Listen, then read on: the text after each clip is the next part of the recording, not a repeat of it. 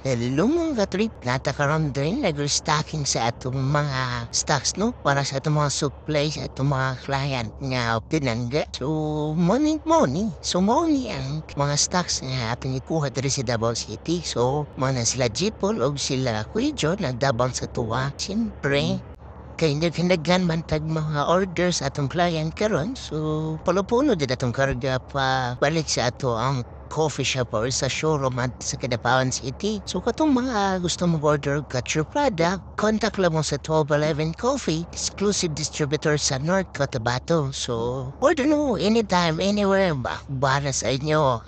Di ba? Ano ang dapat? So siyempre may gani kay si G-Polog si Kuya John, out yung plastar. Sila na bahalang plastar na igura kay sakyan na na. Bisa gumay-gambay na sakyan na.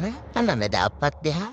So, katong mga wala pa ka-follow and share, please follow and share na basidig malibre na ko yung training sa inyong coffee shop, diba? Ana na dira, sumuon ni. So, syempre kay nahuman na naman, so nangitata sa sulod. Nga, sa sunod na po, dagang salamat. Bye-bye!